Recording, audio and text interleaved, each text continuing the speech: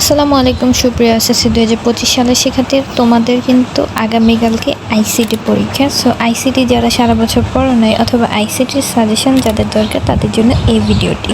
তো দেখো, প্রথমে তোমাদের যে জিনিসটা জানতে হবে সেটা হচ্ছে তোমাদের মোট 6টা অধ্যায় আছে। তো 6টা অধ্যায় থেকে যদি তোমাদের এমসিকিউ করা হয় তাহলে বোর্ড কিন্তু একটা জিনিস বিবেচনা করে এমসিকিউ করবে, সেটা হচ্ছে তোমাদের যে সবগুলো অধ্যায় আছে প্রথম অধ্যায় থেকে, মানে 6টা অধ্যায়। তো 6টা অধ্যায় থেকে 30টা কোশ্চেন তো হবে না, তাই না? 25টা করে কোশ্চেন হবে।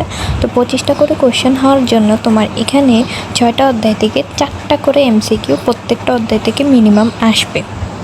এই জন্য তোমাকে পাস করতে হলে মিনিমাম 3টা অধ্যায় তো পড়ে যেতেই হবে ভালোভাবে। সেটার জন্য তোমাদেরকে আমি সাজেস্ট করবো 1, 2, 3 অবশ্যই পড়ে যাবা। আর এই 3টা খুবই সহজ, এবং বাকি যে 3টা 4, 5, 6 এগুলো একটু কঠিন। যারা আগে থেকে পড়ে রেখেছে ভালো কথা। এখন কথা হচ্ছে, তোমাদের একটি দাগানো বই দিয়ে দেওয়া হয়েছে কমেন্ট বক্সে, সেখান থেকে তোমরা দাগানো বইটা নিয়ে নেবে, কারণ তোমাদের দাগানো বইটা খুবই গুরুত্বপূর্ণ। সেখানে শুধু প্রথম অধ্যায় 3য় অধ্যায় দেওয়া হয়েছে, এবং তোমাদের রেদওয়ান হোসেন ভাইয়ার তারপর রিফাত একাডেমির যে সাজেশনগুলো সেগুলোর পিডিএফও কমেন্ট বক্সে দিয়ে দেওয়া হয়েছে, তোমরা সেখান থেকে পড়ে নিতে পারবে।